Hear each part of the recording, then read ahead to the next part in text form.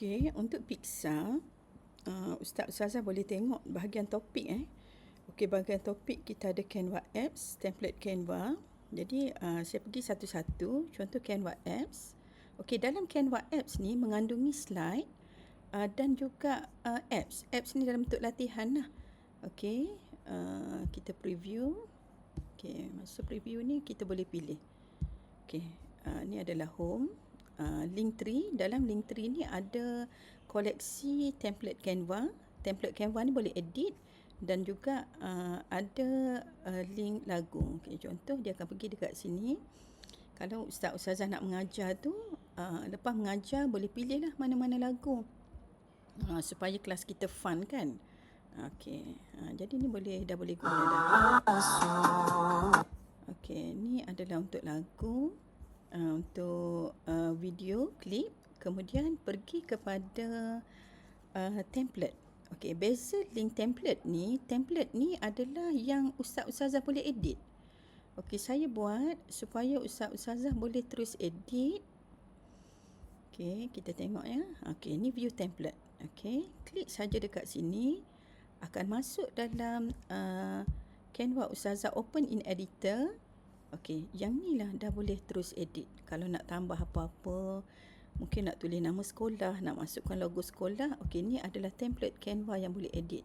Okey, bila ustaz-ustazah dah edit, boleh tulislah, boleh baiki nama kat sini. Dan Canva ini akan berada terus dalam akaun ustaz-ustazah. Sama ada kalau kata nak download, boleh download. Okey, boleh buat untuk download. Ataupun nak share sebagai public view link saja pun dah boleh share dekat siapa-siapalah yang ustaz-ustazah nak bagi. Ni maksudnya dah boleh edit. Okey, ini adalah template Canva. Okey, seterusnya kita pergi kepada bidang. Okey, dalam bidang, okey, sekarang kita perlu faham kita berada dalam landing page yang mengandungi Canva dan juga latihan. Okey, sebenarnya kita dah buat tersusun.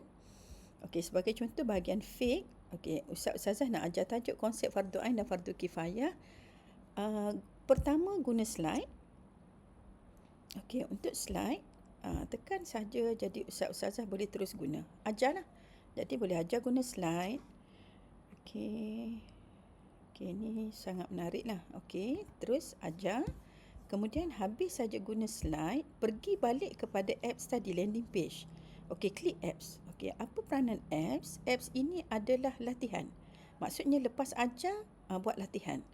Okey, dan latihan ini kita buat pembaharuan lah sebenarnya. Kita buat dalam bentuk apps. Okey, pertama dia soalan, nota.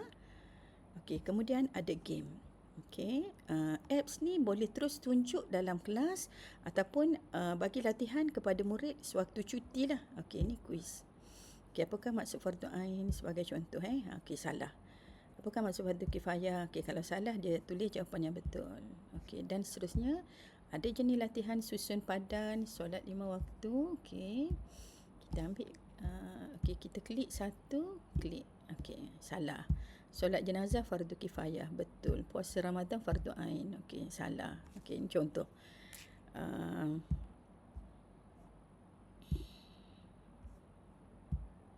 Okey, kemudian ada bentuk teka-teki. Ini boleh terus type. Fardu ain adalah tuntutan atas setiap individu. Okey, semak jawapan. Okey, boleh klik. Dan juga ada juga soalan kebat. Soalan kebat ni sebenarnya lebih kepada untuk merangsang minda student lah untuk jawab. Okey. Jadi secara asasnya dalam landing page ini mengandungi slide dan juga apps. Okey, jadi yang pertama saya sarankan ustaz-ustazah boleh terus guna dalam landing page ni lah. Semua bahan ada dalam ni. Okey, sekian.